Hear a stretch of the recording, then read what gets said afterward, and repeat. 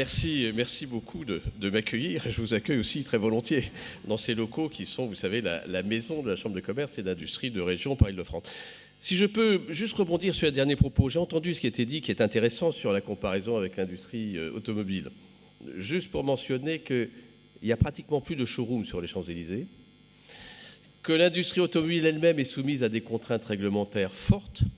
La preuve, il y a quelques années, chacun inventait l'industrie du diesel et nos constructeurs nationaux ont pris une position très forte dans ce domaine avant qu'on s'aperçoive que brutalement le diesel présentait des inconvénients pour la santé et qu'il fallait tout abandonner en un laps de temps extraordinairement réduit et se convertir à d'autres modes de propulsion, l'électricité ou l'hydrogène. Donc il y a aussi dans ce domaine industriel des contraintes fortes. Pour autant, c'est vrai que je ne connais pas d'industrie aussi réglementée, aussi contrainte que l'industrie financière.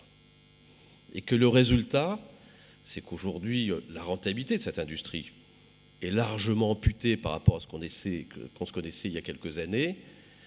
Et si vous jurez de ne pas le répéter, je serais tenté de dire que les régulateurs ont un rôle évidemment très important dans ce domaine, mais comme toujours, la régulation s'exerce souvent sur ce qu'on connaît, c'est-à-dire sur le passé, et que le risque, comme il survient, il arrive généralement là où on ne l'attendait pas. J'espère que nous saurons contenir ce risque grâce à votre compétence, votre talent et votre sagesse. Pour autant, si je reprends le fil de ce que je pouvais vous dire, d'abord 1000 regrets de n'avoir pas pu vous accueillir, ma raison de contrainte d'agenda, vous pouvez comprendre. Ce n'est pas moi davantage qui vais conclure, puisque ce sera le rôle de la ministre qui va nous rejoindre dans quelques instants. Tout ce que je peux faire éventuellement, c'est vous délivrer un ou deux messages. Le premier, si vous vous souvenez bien, lorsqu'on s'est rencontrés il y a un an environ, le message essentiel, c'était pour vous dire que désormais, le monde de la finance n'était plus banni. Que désormais, on pouvait parler finance sans être exclu des dîners en ville. On pouvait même organiser des colloques pour parler de finance sans être obligé de se réfugier dans des caves souterraines. Autrement dit, brutalement, notre monde, notre environnement a changé totalement et chacun reconnaît aujourd'hui que la finance est essentielle, qu'il n'y a pas de développement économique s'il n'y a pas la fluidité qu'introduit la technique financière et le développement financier. Et il s'est passé un certain nombre de choses depuis un an environ qui sont allées dans le bon sens, me semble-t-il, dans l'environnement économique et plus particulièrement celui de la finance. Il s'est passé, on accueille Madame la Ministre, ce que j'avais l'intention de dire, Madame la Ministre, ne sera pas modifié à raison de votre présence, de manière que vous ne pouvez pas imaginer que j'aurais modifié mon message à cette occasion. Ce que je disais simplement, c'est que non seulement depuis un an, on a constaté que la finance n'était plus bannie sur notre territoire, mais que plus encore, il y a un nombre de réformes qui sont intervenues qui me paraissent aller plutôt dans le bon sens. Bien sûr, on a des difficultés, bien sûr, la vie n'est pas rose, bien sûr, le contexte est difficile. Il n'empêche qu'il y ait eu une réglementation sur le droit du travail qui a libéralisé, qui a facilité, qui a introduit de la flexibilité. Il n'empêche qu'il y ait une réglementation qui est intervenue sur la formation professionnelle et l'apprentissage, qui va dans le bon sens. Il n'empêche qu'il y a en ce moment même une discussion sur la loi Pacte qui va se poursuivre au Sénat, qui introduit un certain nombre de dispositions qui ne peuvent être que très favorables au développement économique, aux entrepreneurs et donc nécessairement au monde de la finance. Il n'empêche, parce qu'il ne faut pas oublier les bonnes nouvelles, que si on regarde la situation dans laquelle on était il y a un an environ lorsqu'on parlait du Brexit et la situation dans laquelle on est aujourd'hui, il me semble que la tendance est plutôt bonne. Il me semble que ce qui a été fait globalement avec Christian Noyer, ancien gouverneur de la Banque de France, avec nos amis d'Europlace, ici présents, en la personne d'Arnaud de Bresson, tous les acteurs intéressés ont chacun fait valoir des arguments qui sont tels que, si j'en crois une presse étrangère, Financial Times, il semble que le courant actuel soit plutôt favorable à la place de Paris. Nous avons apporté pour notre part notre modeste contribution par une étude intéressante sur la capacité de Paris ou l'Île-de-France à accueillir dans des bureaux toutes celles ou ceux qui viendraient nous retrouver. Et la comparaison était intéressante. puisqu'on s'est livré à ce benchmark entre la capacité de l'Île-de-France et la capacité de certains de nos concurrents, Amsterdam, Luxembourg ou Francfort.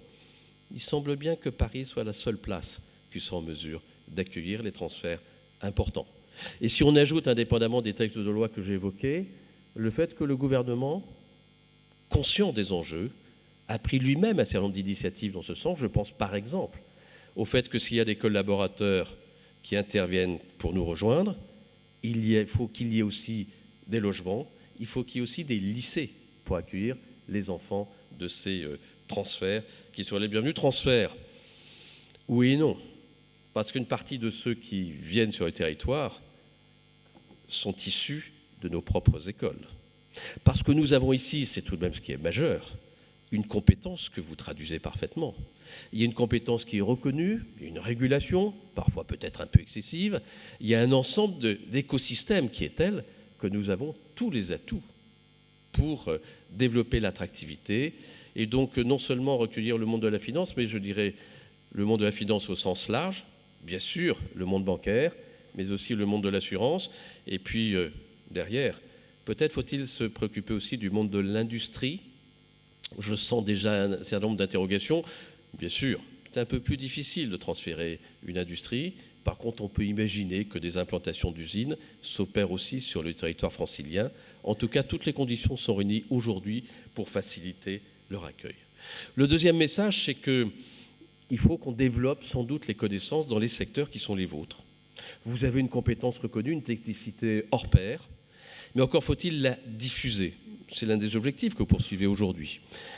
J'ai constaté en préparant cette réunion que ces jours derniers, justement, la Banque de France avait décidé d'élargir au TPE sa mission d'éducation financière.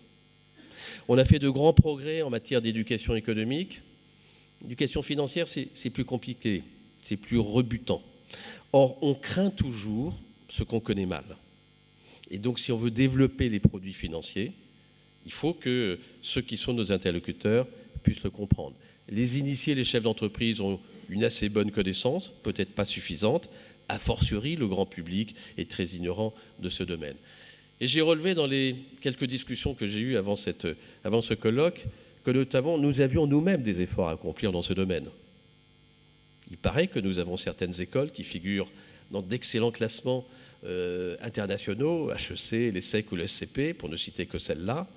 Sans doute est-ce que les managers de demain sont très informés d'un certain nombre de sujets.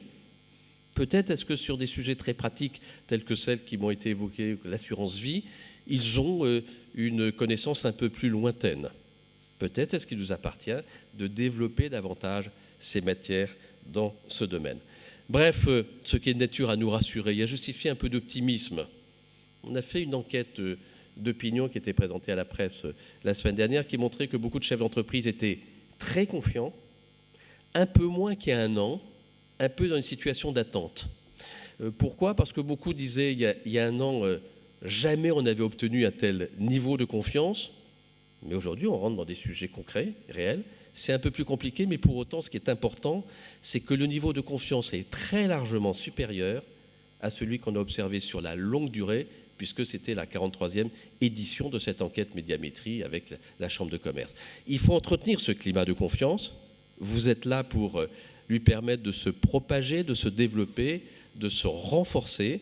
Et c'est-à-dire qu'il faut utiliser le fait qu'il y a sur notre territoire une épargne très forte. Le taux d'épargne est très élevé sur notre territoire. Il a tendance à être un peu frileux dans l'orientation, dans le fléchage de ces emplois.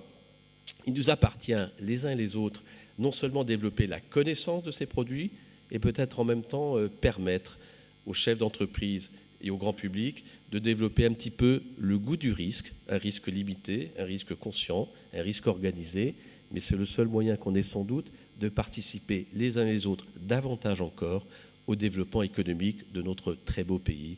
Je vous remercie.